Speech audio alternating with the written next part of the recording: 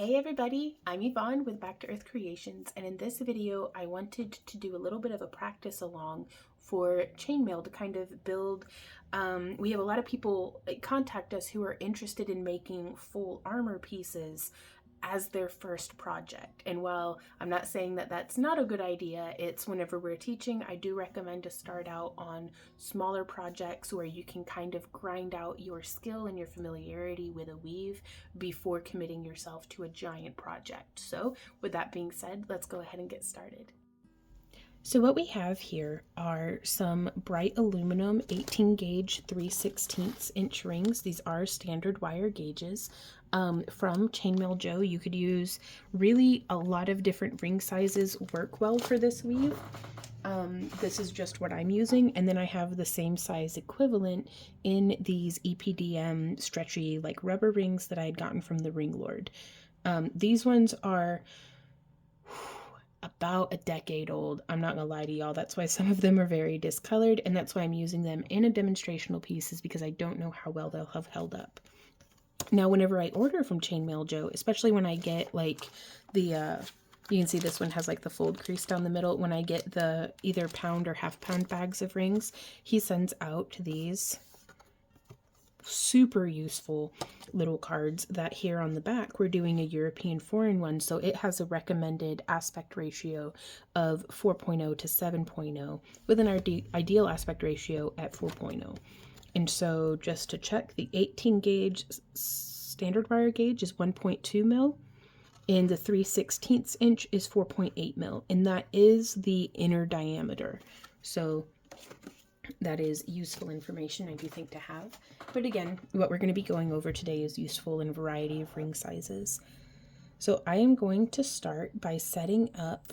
Oh, and also this is one of our, this tray was sent to us by our buddy Gavin. If y'all are interested in any trays like this, I think I have his contact info somewhere. I'll have that linked down in the video description. Because he 3D prints them, and they are so handy for prepping rings because you can bump them and your whole situation doesn't get completely jumbled. I mean, so long as you don't bump it too hard. So I had started by opening our 18 gauge 3/16 inch rings. Let me see, I thought I had a rogue ring here that I could demonstrate on. So this one's a different ring size, but you'll get the idea. Whenever I get the rings out of the bag, they have less dog fur on them, but there'll be a little offset like this. And I'm going to try zooming in just a smidge for y'all.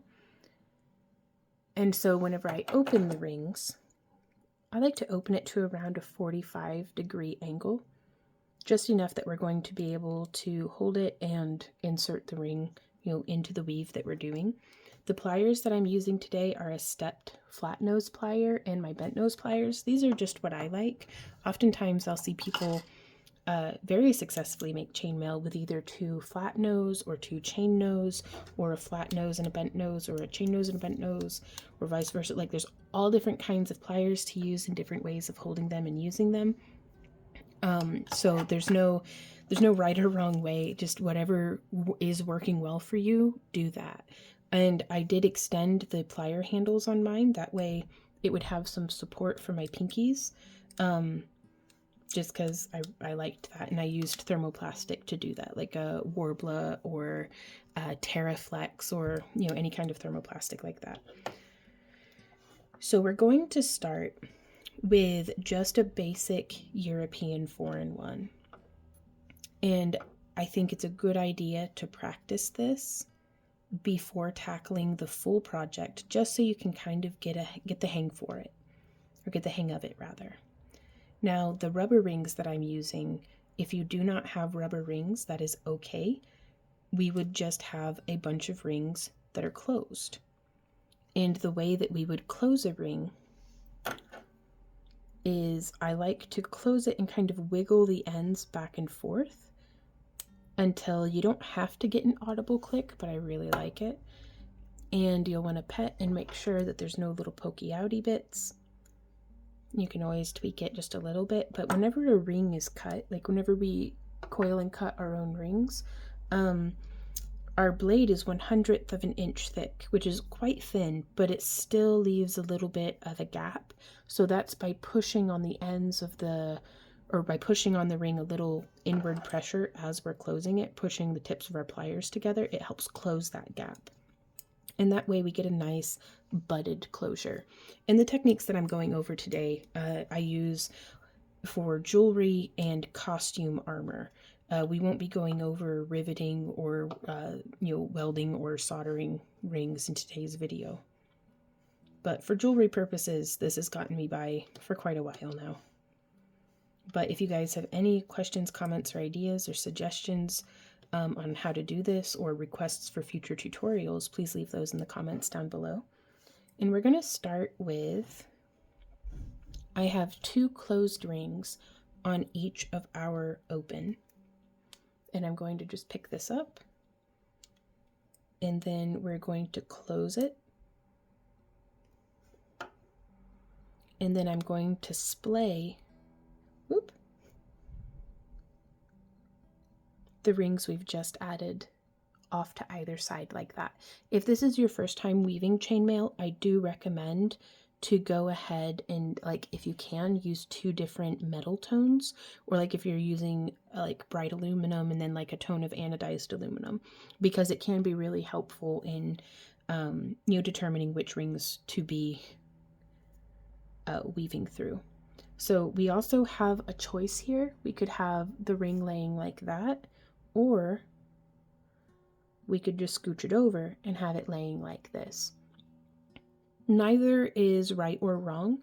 I just have a preference for holding the ring like this because being right-handed and because of the way that I open the rings, because I always open my rings where the left side is more towards my work surface, and that enables me to hook through where I need to be hooking through and then closing. So you can see this ring kind of like slid down. What I'm going to do is I'm just going to whoop from behind, push it back up. It's always going to be a little tricky on the first ring. I've seen folks use safety pins or paper clips to like hook onto it, and that can be really helpful. So I actually think that I have a paper clip right here that we can use just for kind of demonstration purposes. And so we would just take that paper clip and hook it through that center end ring, and now we have something there to hold tension. If I were making a bracelet, this is where this ring is where I would attach a clasp to, or a slightly larger ring for hooking the clasp, so like that way we have a specific ring to attach to that kind of keeps everything held together well. There will be a link down in the video description to our chainmail playlist, where if you're interested in learning more about chainmail, we have like over 80 videos with different chainmail tutorials that hopefully will be helpful to you. So now we're going to come in, I've picked up another one, and we're going to hook coming from our perspective, like words are hard. Hooking around from the front to back. The front is the part facing me, the back is the part away from me. So front to back, and then we're coming up and coming through that ring back to front. And then we're going to close it. If you're feeling clumsy and frustrated by this project, I recommend trying out a spiral chain first. Because that can really help to build up your like eye plier coordination and brain plier coordination. So again, we've got those 2 closed rings that we're just going to open like they're a book, and then we're going to hook through 1 and 2. Now let me close this, and I'm going to do it a little more slow motion and show you guys an alternative method. For it can be this is what I call speed weaving. I don't know if everyone who weaves chainmail calls this speed weaving, or if this is their version of speed weaving, but having these segments set up can really help. Helps me to kind of go quickly. And so if that's cumbersome to you, you can have your naked ring and just hook through. And you'll notice all those center rings are hanging the same way. and then we can take our two closed and put them on there and then close it and then splay them. And it can also be really helpful sometimes to just set a project down. And if you need to, like if we didn't have that on there and we drop it and it looks like, I mean, wrecked, like it fell from the sky to its demise. We just look at those centermost rings because they'll hold their pattern. And so I'm just going to take this and fold that this away. Boop, boop, boop. Poke it with my finger. And then I'm going to just bring this one around. We can actually rotate the whole thing. Get that metal ring to where it's following, to where it's laying in the same grain. And then just making sure that those are laying like that. Alrighty, so from here, this is another way that we could hold the project. So this is a different angle too. So we could come down from below and then in from the top. But you can see here, uh-oh, that's too much. That ring's being weird. What we would need to do would be to add 2 more closed rings to this. That way it's doing what it needs to do. So that might be a helpful little troubleshooting for you. So I'm going to come around to the other side. And so if you can see here, the differences between how the rings are laying with each other when they're just flat on the surface.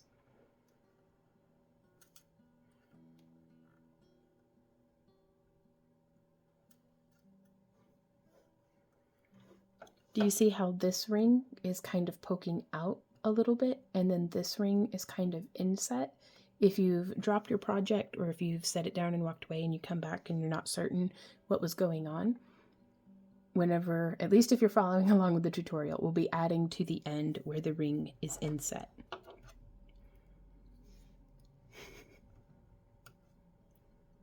And so I'm just hooking through. If y'all hear me chuckling or anything like that, it's because we are actually recording this tutorial live in our Kick live stream. So I want to give a shout out to everybody who hangs out with us. Hey guys, as our studio audience, because just the comments that folks make as we're recording makes me chuckle, and I love everybody getting to hang out and stuff. So we're gonna put that on there and then open that out. So you know who you are. Thank you, you guys. And for everybody else, if you'd like to be able to watch those videos after they are no longer up on Kick, because usually they're up for a couple of weeks, but we have them archived in our members only area.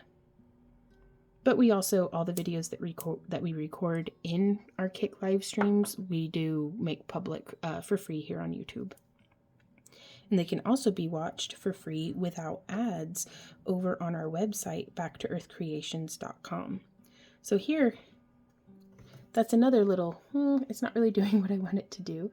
And that's because I bent the ring around the wrong way.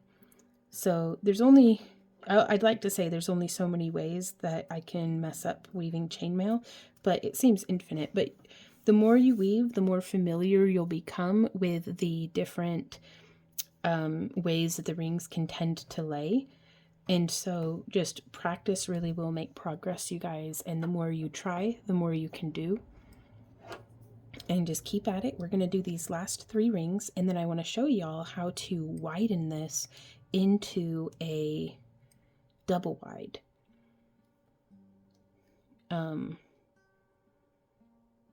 Weave. Oh, and this is why I love the stretchy stuff, y'all. That is so fun.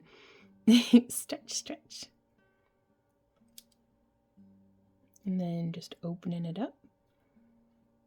And this is just the way that I weave chainmail. I bet there's as many different ways to do it as there are people to weave it. So if this just isn't clicking with you, or if you want another perspective, I highly recommend Aussie Mail. And there's a couple other folks who are doing tutorials here on YouTube as well, whose names I can't remember at the moment, but I will have them linked down below, just because I think weaving chainmail is so much fun, and I think everybody who's interested should try it. So we have that bit, and now we're going to do the next row.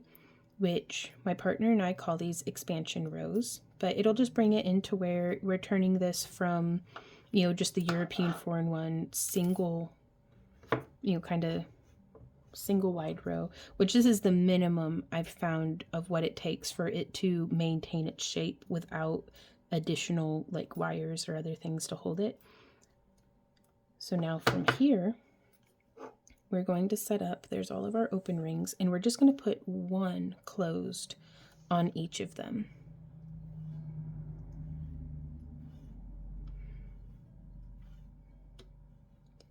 And a big part of why I recommend kind of tackling this, kind of the warm-up for doing a big project, is to kind of do a swatch. So let's say you wanted to make a chainmail shirt or coif, or I probably pronounced that wrong, but or whatever it is that you're interested in making. It's kind of just like plotting out a swatch the same way that you would if you were knitting or crocheting. And so that way you'll be able to tell from the size of ring that we're using how much, you know, will 10 rings get you. And then from there you can gauge if you need to do, you know, if you're making a bracelet and it's like, okay, so I need an 8-inch long bracelet and 10 rings gets me like 2 and a bit, like 2 1/8 inches, then you can kind of figure out from there, okay, then I'm going to need to do, you know, let's start with 40 units and see.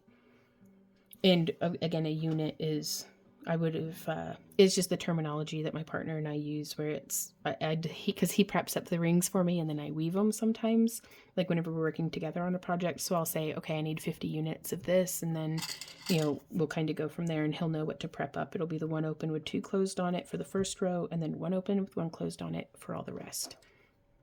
So from here, we are going to take that one open ring with 1 closed on it. Again, if this is fumbly for you, go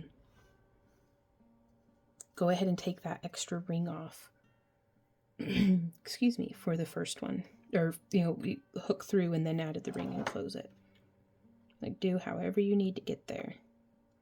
So I'm just working now with this on my work surface because it helps me to see the pattern. So I'm going to scooch down just a smidge so I stay in frame. And so I've hooked through just this first ring here, just the one. And this could lay funny all sorts of different ways, which is why I have it laying on my work surface, is because I want all my purple rings laying with 1 grain, and I want all my silver toned rings laying another way in the grain. And so from here, I'm actually going to take that extra ring off. I'm going to hook through from the top and then come in from below on 1 and then 2. And we are going to be getting some other angles on this because, visibility is important. So I think maileartisans.org has been around for ages, but they are my favorite resource for written tutorials. And theringlord.com also has like a lot of tutorials, both I think written and video, that you can pull from as well. And so that's how that's starting. I am going to pick this up though so that you can see what's going on a little bit more. And again, I've picked it up and oh, it looks like something weird's happening. Nothing's gone wrong. It's just laying how it's going to lay. It's going to droop funny here at first. And so we're going to pick up another ring. And so we're going to hook through here and then come around behind. And the way that we have our ring opened really helps us with the angle of insertion. And I'm hooking through 2 of those rubber rings. And this is called a European 4-in-1. So that's each ring, each one ring in the completed weave has 4 others in it. And so this is, by doing this expansion, that becomes a little bit more evident. And I really, really love the way this design looks, y'all. Like, it is chainmail, it is chain fabric, and it has such a lovely drape and is so fun to wear. And so we're going to pick this up and we're going to hook through here. and then through here, plus one more. And I'm going to close. At no point in this weave, unless you're getting wild, do you want one of your silver rings to be going through one of your other silver rings. So that can be something, because there's a lot going on here, you guys. If chainmail were easy, everyone would do it and do it well, but it is not impossible. It's just a little tricky, but you will get the hang of it.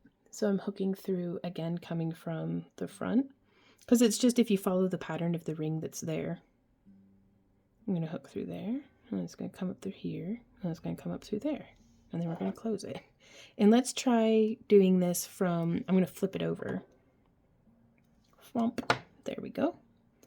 And let's see if we can weave it from this side, because that might be your preferred method. So again, from here, I just look at how the rings are laying, okay? And I'm going to hook through one fresh one, which what I mean by that is that one doesn't have any of the new expansion row through it. So I'm going to hook through there, and then through that one that's already been woven through, and then through this floppy guy who's just hanging out, and then close it. And if you're doing a lot of armory, like armor tailoring for folks, or different costumes or different things, I do recommend practicing weaving this weave from different angles, because sometimes whenever I'm doing tailoring and the piece is either on the mannequin or on the person, it is so helpful to be familiar with,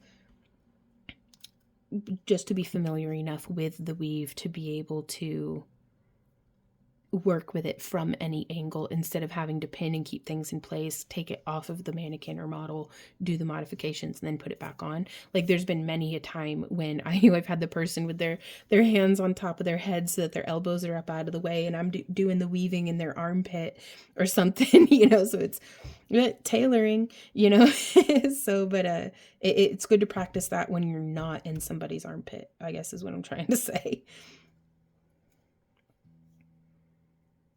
And so again, we're going to come in here. I'm going to hook through this guy, and then hook through one that's already been woven through, and then hook through there, and then close. Now also, I'm working with an 18 gauge 3/16. You may want to work with a larger ring. 18 gauge 3/16 is what I typically teach with, because it doesn't take a whole lot of hand strength. But the ring size, if you're using aluminum, I do also recommend 16 gauge 1/4 inch or 16 gauge 5/16 inch as well. And again, I'll try to remember to have that down in the video description. But that way, I mean, larger rings means less rings to get the same square footage of, you know, whether it's a bracelet or costume or what have you. But it can be a little harder on the hands though.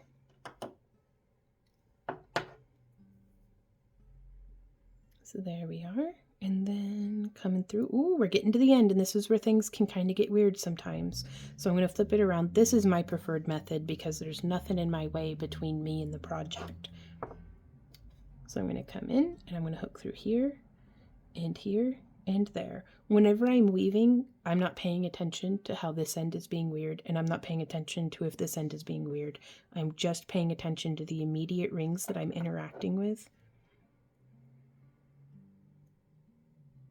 And I don't know if that's helpful to you or not, but I'm just letting you know. All I know is my own experience, y'all. So, and so here we are. And so again, if our end is being very weird, we'll just come through and whomp, open that up just a bit. And then I'm going to take that, and I'm going to hook through 1, 2, and 3.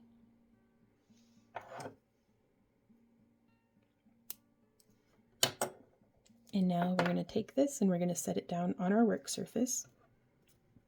And I'm going to show you how I would finish the ends of this for if it were a bracelet.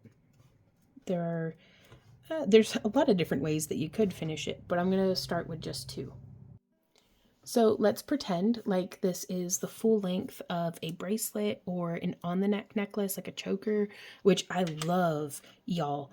whenever I wear chokers or make them for sale, to use this stretchy material, because then you can wear it and it flexes and moves with you, but you still get the cool like edgy look of a chainmail choker without it actually choking you, which is nice, I think. So here we have, this is called a maybe a slide clasp or a tube clasp, but they just fit like this. If you can see, there's a little notch that I find for necklaces, I love these. For bracelets, they're a little tricky for me to put on by myself, but I love the continuous look of them. And whenever I'm shopping for tube clasps, these ones, the rings are a little closer together than what I would have liked for this ring size, but typically with a sterling silver tube clasp like this, I probably would be using a 20 gauge 1/8 inch, like a much finer ring out of like sterling as well, and like made like a really like micro mail bracelet. But keep an eye out, and even with this one it still would work out okay. I would just use probably an 18 gauge 18 gauge 1/8 inch, so a much smaller ring to attach to the ends. And we're going to do that purely for demonstrational purposes, and then I'm going to be taking them off again. So yeah, these are the 18 gauge 1/8 inch.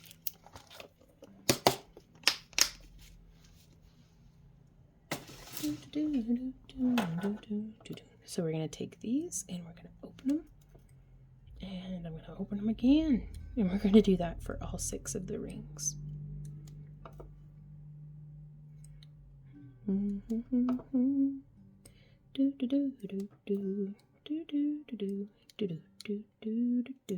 There we go.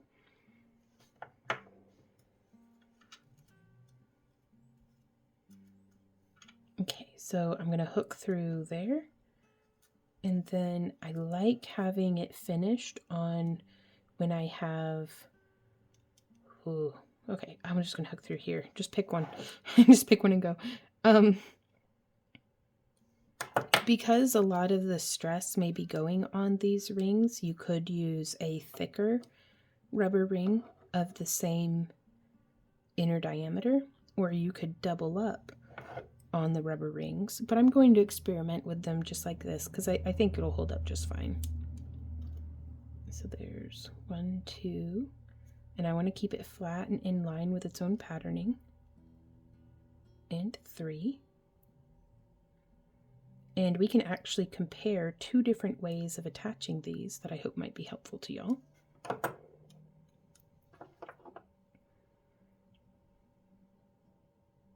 Now also, there's a lot of different ways of weaving this that sometimes you'll, folks will weave a whole bunch of just single, I guess, ribbons of chainmail and then just join them together like strip by strip by strip. I prefer this method, and I'm more comfortable with this method personally, which is why that's how I teach it. But again, there is no right or wrong way to do this, y'all. So long as you're doing it and you're happy and it's working, then it works. So the one thing you'll want to make sure to look out for is whenever you're attaching your tube clasp, you'll want to make sure that it aligns when it's with itself. So with this one in particular, I'm keeping an eye out for the nail head style ends. That way when they come full circle back around, it will actually like reconnect with itself. So here on this end, what I would do is I'm going to open this ring, and I'm going to add 2 more purple because I want it to match the other ring, like the other end. So there's 1, 2, and then we're going to grab it and we're going to close it. I'm going to set that down. I'm going to scooch that over. And then I'm going to open this ring. I like to grab it by its little butt, like just right there. And then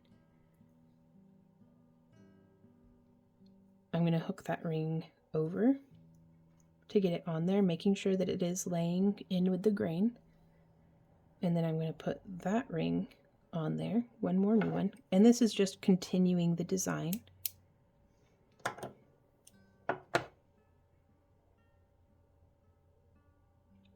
And so let's say if I were in my booth and I were shortening or extending a bracelet for someone, it's very useful to know how to weave this design from the ends. So on this end, because you'll notice on this one, the tube's a little like, whoa, like all over the place, like he's fobby.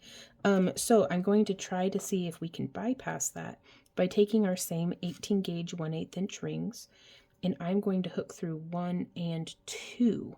So I'm going like 1 ring back more than what we did before. Hooking this through with the way that it's laying, lids over there, lid, okay, the alignment's good. I'd rather double check myself than have to do this over and over and over again. Then I'm gonna hook that. And now we're gonna hook through 1 and 2 and through there and close it. Now, whoops, pliers slip, that happens.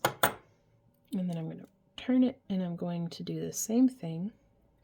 I've not done this before, so I don't know if I'm going to like it, but experimentation keeps it spicy.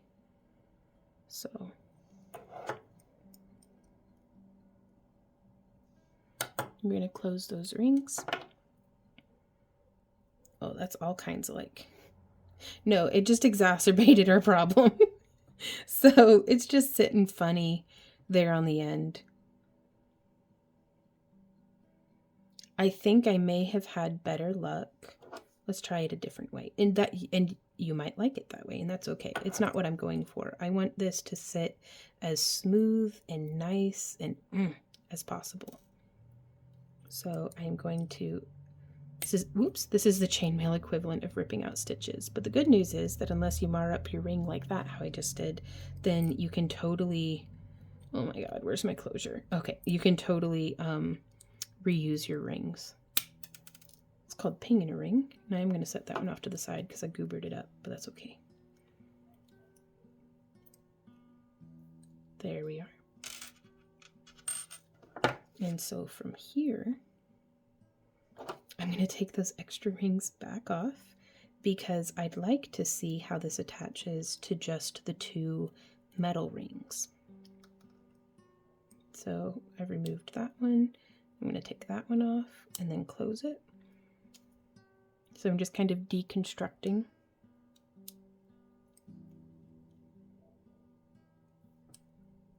And then taking that one off. And then taking that one off. And then we're going to close it. And so now from here, we can do through the metal ring. There's that one. We can kind of skip the middle loop if and as you want, and just attach directly to the end.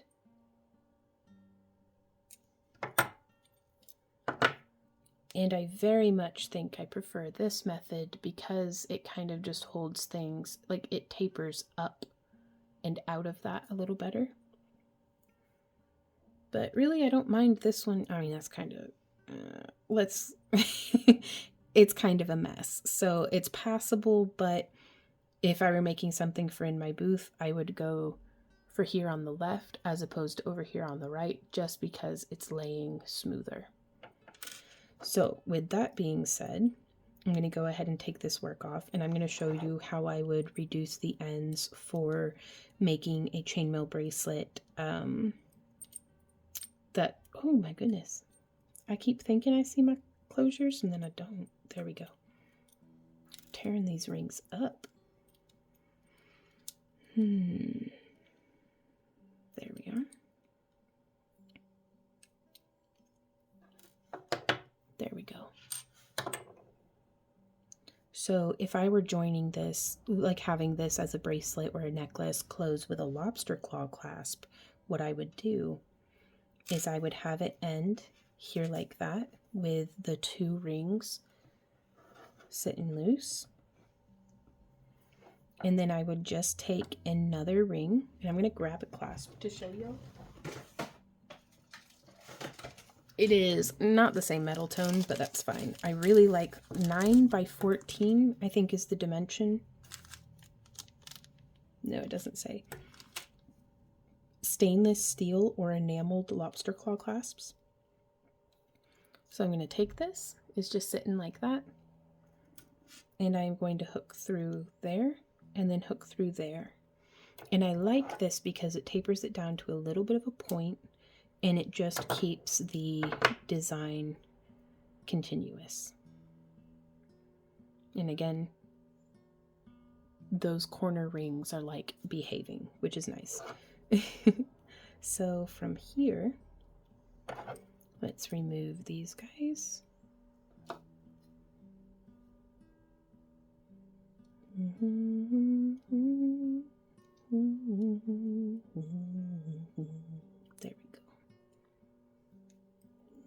go. Just getting the clasp removed.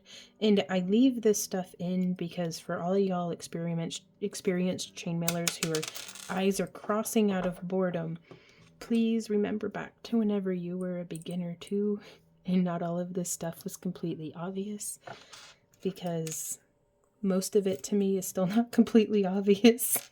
So we all learn at different rates and stuff, so I appreciate y'all's patience with me. You can always feel free to skip ahead in a video, put it into 2x speed, or, you know, what have you. So from here, I'm going to hook through just as though as I were continuing the design, but with no additional rings on it this time. There's that one. And now I'm going to pick up another one, and I'm going to hook through boop, and I'm going to hook through boop, and then I'm going to close it. And then I'm just going to take this big weird ring that I have over here, because this is where I like to use a slightly larger ring. That way it's very obvious to the wearer which ring would attach to their design. You could attach to there, and that gets a very nice effect. But if it can get kind of turned around like that, and I've had some folks attach it like that, and so it doesn't lay as comfortably, but if you'll pretend like this is the end of a bracelet instead of this short little thing. There we go. Then that's how that would close together. Now, an alternate way that, and this is probably my favorite way, if only because it's such a small gap. It could be smaller if we used smaller rings and smaller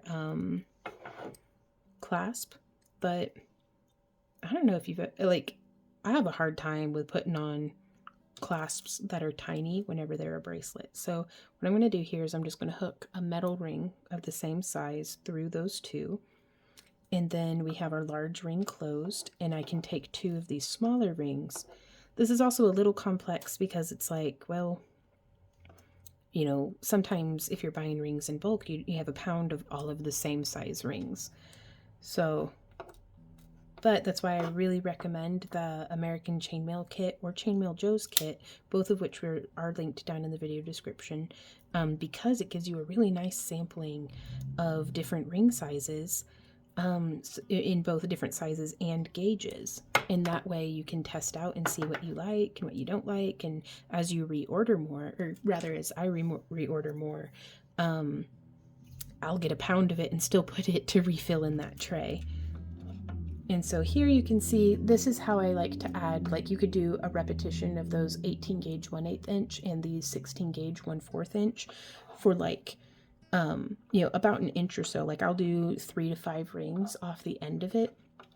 It's not always a larger ring, sometimes it's just the same size, but that gives you a little bit of extender chain, because if this weren't stretchy, which is so fun and nice, but if it weren't stretchy, it makes it more adjustable to different wrist sizes when I sell out of my booth, or on my website or something. So those are just some different ideas. I'm going to go ahead and get this tidied up, like get the what we've just put on removed, and then I'm going to show y'all how to taper a triangle. So I have 10 rings here on the edge. So I have 10 open with 9 of them have 1 closed on them. Then the next row is 8 open with 7 closed, or 7 of them with closed. And then, 6 with 5, 4 with 3, I got off somewhere, didn't I? So then it would go, if that's 4 with 3, then that's 2 with 1. There we go. So now the way that we're going to weave this, because I wanted to show you all how to do a decrease into a triangle. And then with this one over here, I wanted to show you how to do an increase. Now that being said, I only ever start my triangles from the wide end and then taper down, just because it's so much easier to me than starting from the tip and working my way up. But you do you. But sometimes there is a need for making the triangle bigger, so I wanted to show you how to weave on an increase. That way if you do start from the tip, this is how we would do it. So from here, I'm going to take one open with a closed on it, and I'm going to find our silly end, and I'm going to position it, and I'm going to hook through just 2 of those rubber rings. And then I'm going to close it. And I'm going to get up underneath everything and make sure that all of my rings are laying the way they ought to.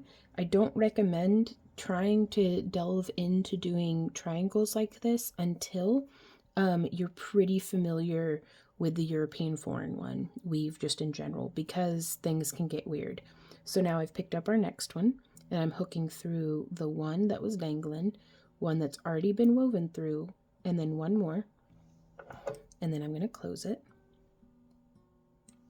And then we're going to get up underneath it, make sure everybody's laying correctly, and then I'm going to grab the next one and then hook through in that same pattern, in that same way. Getting up underneath it, picking up the next ring, hooking through, and then up from below through 2 rings, and then close it, hooking through, and then boop boop, and close it. And we'll continue this until we come down to the end of our row, because otherwise it's just exactly the same other than the beginning and the end. The middle part's the same as if you were weaving any other sheet of European foreign one. And then hooking through, there's that. And now here you can see very, very jumbly, very weird. That's okay. We're just going to fold and poke things until they're all laying how they ought to. And then I'm going to hook through our 1 dangly, and then through 1 and 2, like that. And then we're going to close it.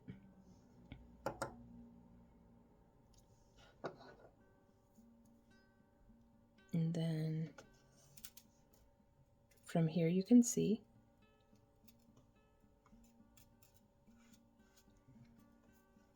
it's starting to reduce. It's not super apparent right now, but that's why we do the next row.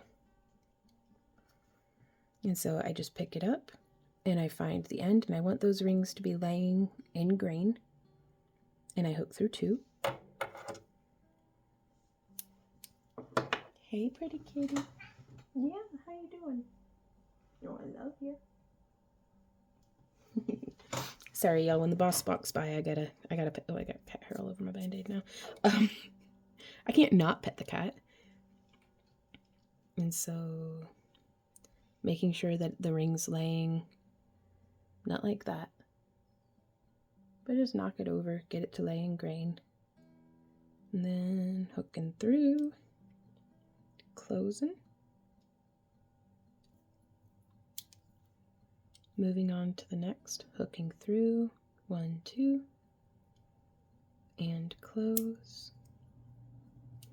And I very much prefer to have all of my rings set up with the closed rings already closed and on there, because I feel like it helps me to weave much more smoothly. But again, you could totally have a pile of open and a pile of closed, and hook through 1, 2, 3, and then put on your closed ring and close it. And then hook through 1, 2, 3, and then close it. And now we're here at the end. So let's try to get the metal ring to lay and then have that one lay. And then you can kind of see where the empty ring, or where the ring needs to be in that empty spot. So you'll hook through and close.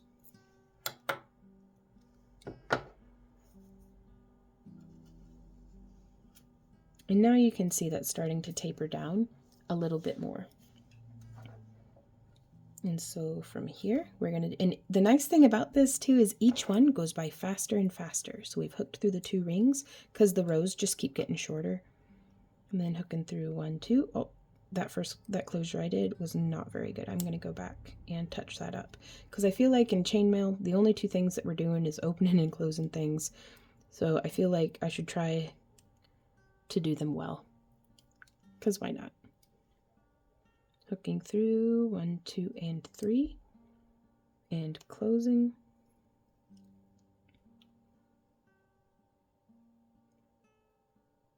So there's, yep, 1, 2.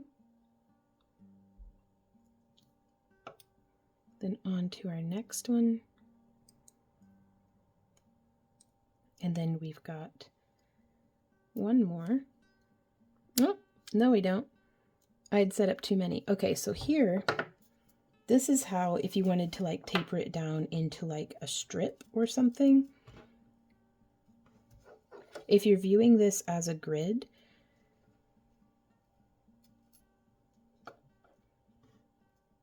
there's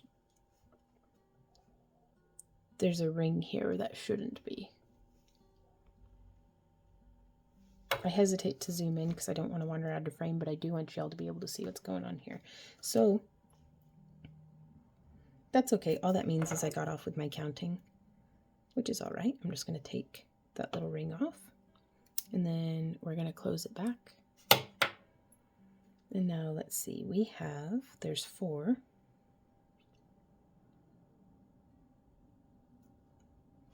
So I'm going to go through and I'm going to hook with 1 open with 1 closed on it. I'm going to hook 2.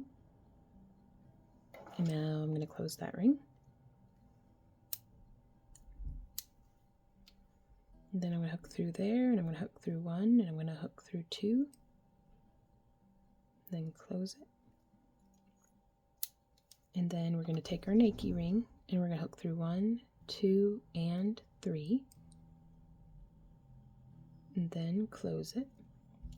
And then we're just going to take 1 open, and we're going to hook through those 2 tip rings. And I absolutely love the drape and shape of chainmail triangles like this.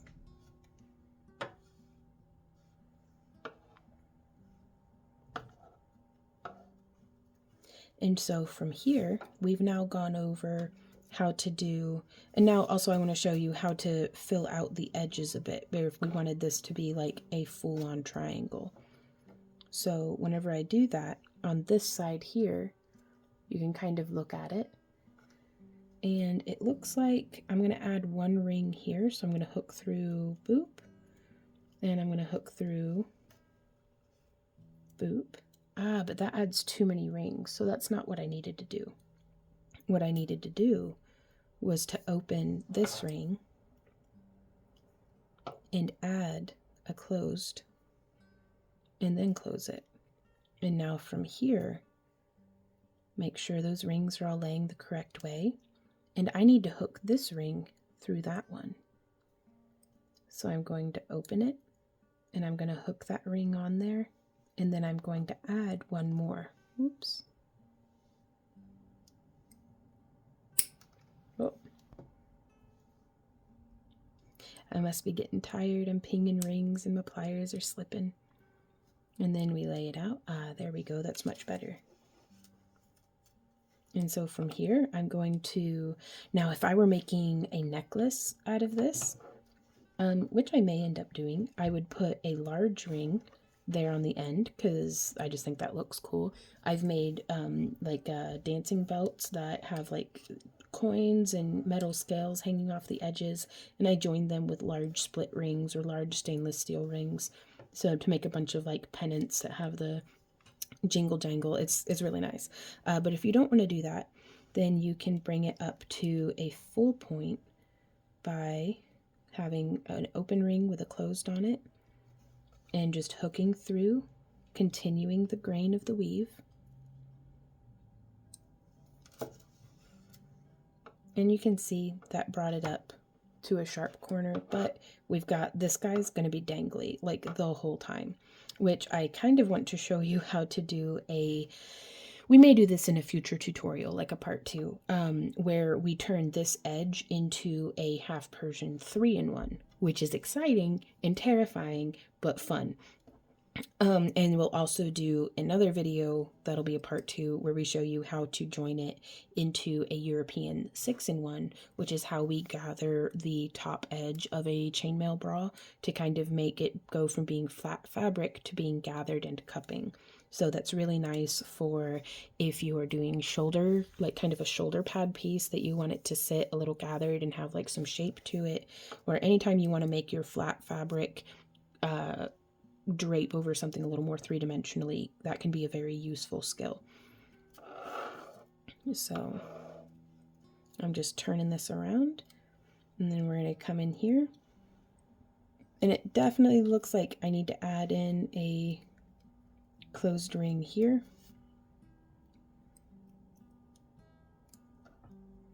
Just hooking that in and then closing it, and then I'm going to come over to the next ring over. Oh, there's our closure. I'm going to open it, hook this ring over. Oh, and I need to put one more on there as well.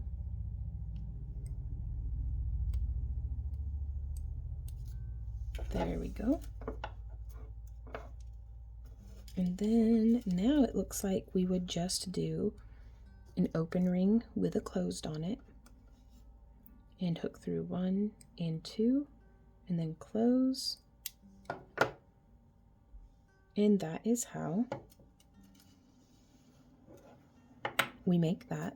And oftentimes, whenever I build it out to this point, what I would do is I would start building the triangle down this way, and that can make for a really cool costume piece. Like, I really like to put it over the like a belly of a costume, like if I've done a chainmail bra or if I'm making like a body chain. This is a very flattering part to, like, if you can visualize with me, we'd have this is the necklace, and then this part, pretend it's chainmail.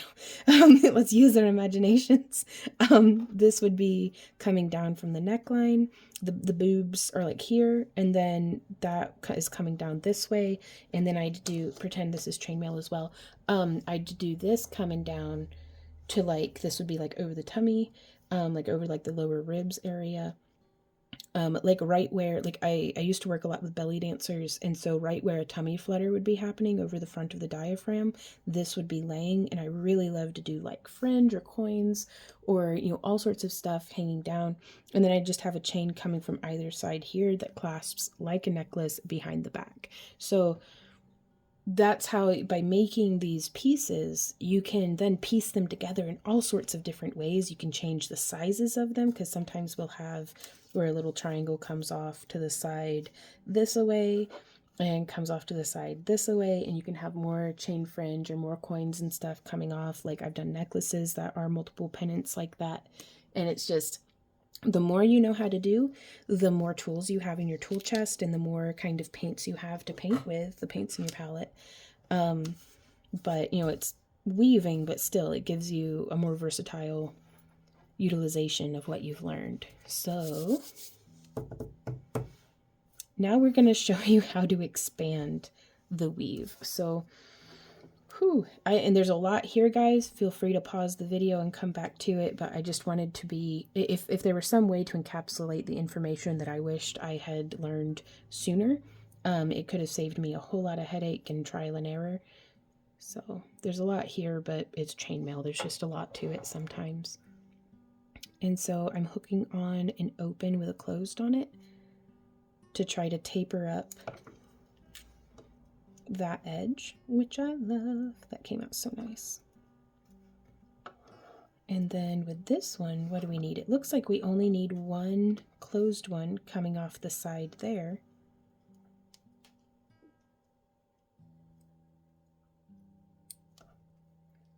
There we go. And then I'm going to close it. String that along. Yeah. And now, oops, just hit my head on the tripod.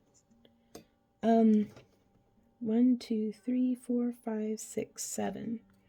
So let's see, 1, 2, 3, 4, 5, 6. 1, 2, 3, 4, 5. Because also, please forgive me, I can't remember all the different triangle names. Keep hitting my head on the tripod.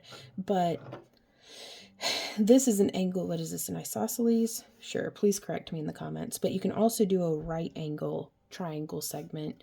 And to do that, instead of doing the single ring decrease each time down this side, if you just make sure to keep building it off as though you were widening a bracelet, then you can build it off that way and just have an angle happen. And that can be, equilateral, that's right.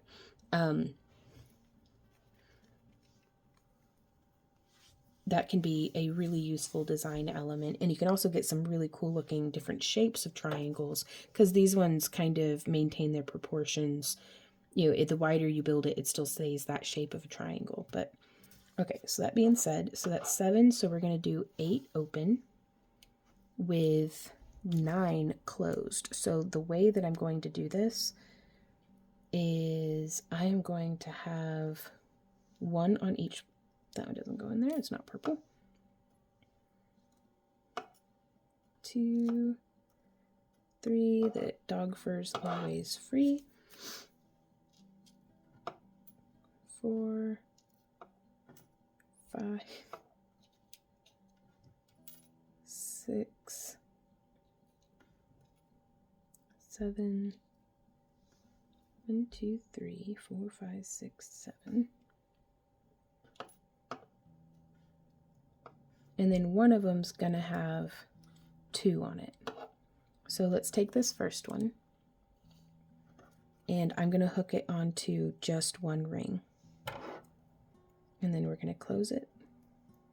And we wanna make sure that it's laying in the same direction, like on grain. And now I'm going to pick up one with an open on it, or a closed on it, and I'm gonna hook it through just the same way we have. Hook through 1 and then hook through 2. This can be very, very tricky, so I'm just going to close it and we'll see if it worked.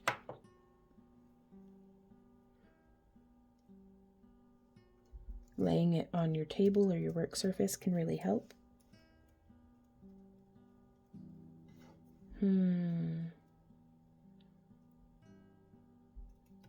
It's this one, the first one in the row. That's the one that we do 2 rings on.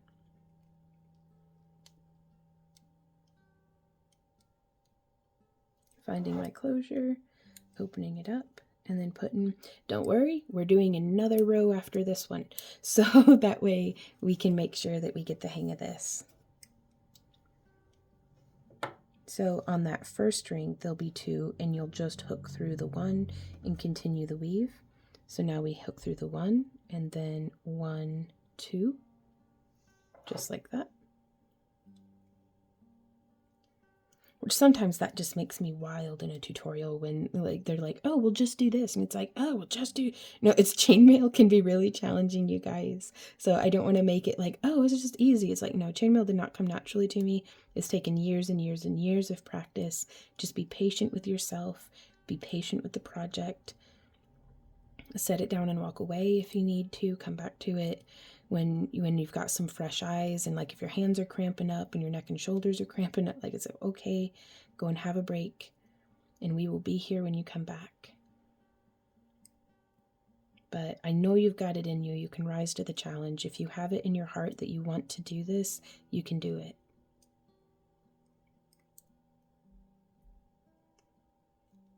Okay, so there we are with our last ring. I'm going to hook through 1 and 2.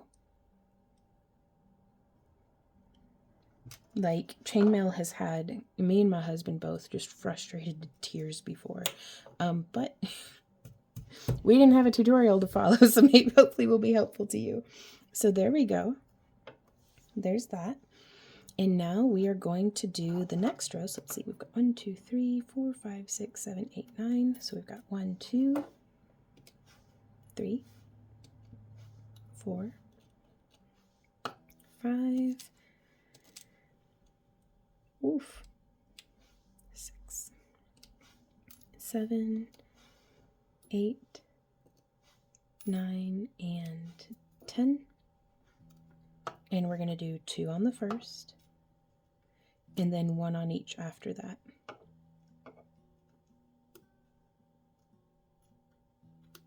So hopefully this will be helpful to you guys. And I wanted to show you one more thing before the end of the tutorial. And it's going to look a little weird because our 2 triangles are not going to be the same size, but we'll get it figured out.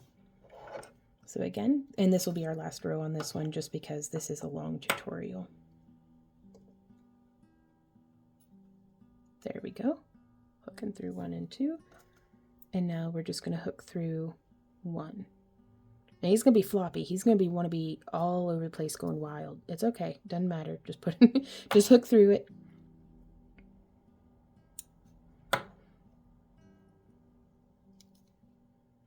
And now we can make that lay in grain.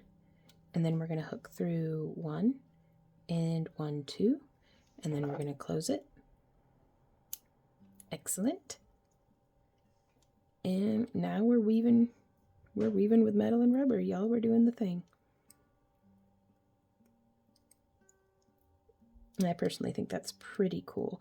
I'm going to be making myself a set of juggling balls using probably a slightly larger ring size than this, but I am going to be certain to do a tutorial on that because I'd like to do like color inlays. And so this would definitely be the precursor to what we'll be tackling in that tutorial. Making sure the rings are laying, making sure I'm in frame. And now the thing that you will want to watch out for if you are planning on making a ball or a coif, and if you're not building in the round, which we'll deal with that in future tutorials possibly, having your chainmail be woven in the same direction is crucial in doing this next step, which is kind of why I always hold my chainmail in the same direction, because to just keep myself from goobering it up. So what we're doing here is we want, oh no, I'm not lined up. That's fine. Whenever this lines up here like this, I'm going to zoom in just a little more. So the count isn't the same. Hence, I'm not landing on the same, open or closed. But how the purple are all lined up and the metal are all lined up going in the same direction, then that way, and then this way, and then that way, and then this way. This is going to be super jank, but I'll show you how to do it. I'm going to take the tip off of this one because that's going to be our first ring that joins them together. No, it's not. I'm going to put that back on. I'm going to show y'all how to do it right. Like, I was going to kind of just redneck it, and so what we're going to do is we're going to build up the edge. That way it will be landing on a metal. But if I had woven it in the other direction, like where with this one, no matter which way I flip it, the silver rings are still laying in the same direction. So whereas if I had had it where, I was weaving where the rings were laying like this and I were coming in from that different angle, then they wouldn't quite line up. So I don't know how to express that other than to just weave it, and I feel like I've taken up enough of y'all's time.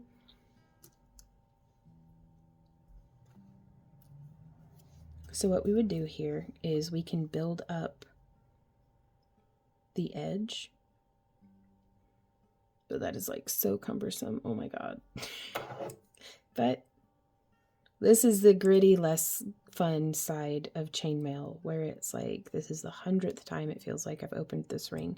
It's not, but it feels like it. And just hooking that on there and then closing it. And I don't think I did enough rings. I didn't, so now it's all weird. There we go. But yeah, totally didn't do enough rings.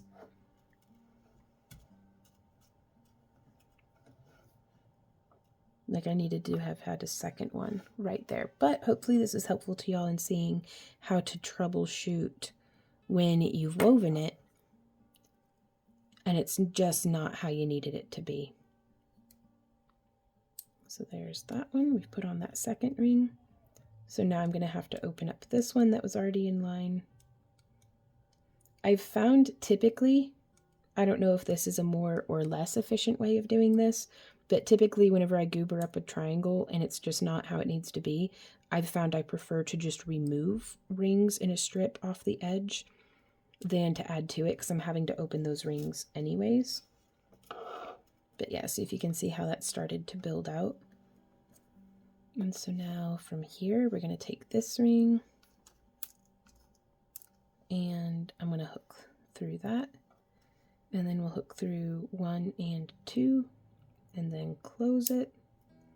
And then I'm going to open this ring to attach it to the, and honestly, if I were using straight metal, this wouldn't be nearly so cumbersome because I'd be able to just add the rings where I need them instead of having to open something that's already closed.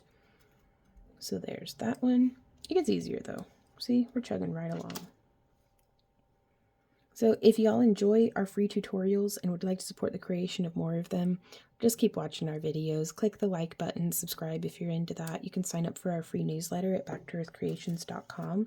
That's also where we sell the same materials that we use in our own work that we make in shop. So like our fused glass cabochons and unique lampwork glass beads and different things. And there's a full calendar of events over at our website that you can check out if you're into that. And there's all sorts of stuff going on here, but really, I really appreciate y'all just enjoying our videos. Hopefully, if you find them helpful, that's cool. Oh, I gotta join that one. That's what's going on here. Oh, this guy's flopping all loose. We can't have that. We do have our Happy Crafter Club, but currently it's like focus is on wire wrapping. I don't know if we'll be coiling and cutting our own chainmail rings for sale again anytime in the future, but if we were to, that's the avenue that would go through. But yeah, there's all sorts of different ways to, like YouTube channel memberships and all that good stuff. But really, tickle our like button and hopefully keep coming back for more. We do new tutorials every week. Again, you can check out our streaming schedule and stuff. And that's another thing. Shout out again, I think I already did this, but shout out to our Kick supporters who are watching us live in the studio while we record this. Y'all have been keeping me company through a really long recording day, but it's been fantastic. We've laughed, we've cried, we've fought with a tripod. And now I'm just going to hook that. So again, just following that pattern. I'm so sorry if I'm wandering out of frame. Thank you in advance for not yelling at me in the comments. So we're just hooking through on that tip. And now does it line up? Huzzah! I could cry. I was so happy. There we are. And now to sew up this edge, it's at least what I call it is sewing it up. I'm going to hook through just those two purple that are right there. I'm just going to hook a ring through it.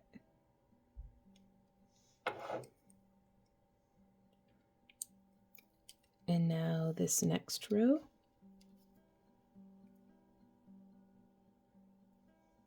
This is where it gets a little tricky. So we have those joined together, and then it's the next row, and I'm hooking through 1 and 2. So we're going to come around town and hook through 1 and 2.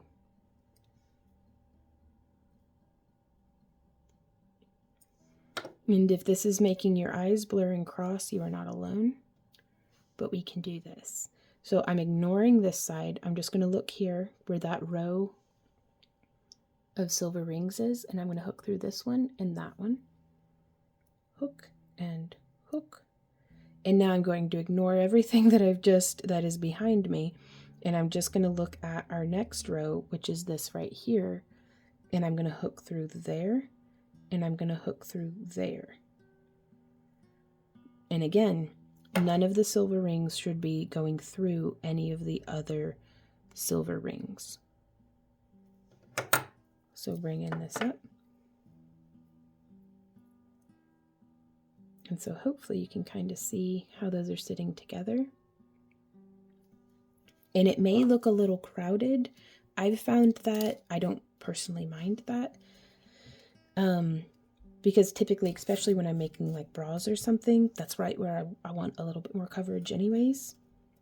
But I think that's, I mean, it's not puckering weird or doing anything. So, and so again, we just look at the next row and we hook through following the grain, 1 and 2, and then 1 and 2. Because the goal is I still don't want more than, 4 rings in any other. So it's still looking correct. And this right here is at the this is at the threshold of my skill set. So I do not know everything at all. The depth of my ignorance is astounding, but this is the furthest perimeter of my skill set, and I will teach to that right up to the boundary of into the unknown. And then I do like to take y'all into the realm of experimentation as well, because that's where I find I have the most fun crafting, is right on the edge of my comfort zone, where I'm pushing my skills as much as I can, and I'm exploring into the things that are very challenging and maybe a little scary. So hooking through 1 and hooking through 2. Yeah, I think that's correct. Let's close it and see.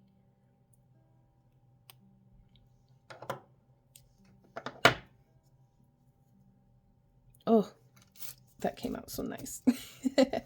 So again, I'm still like 1 row short on this triangle here, but that's what being 1 row short looks like.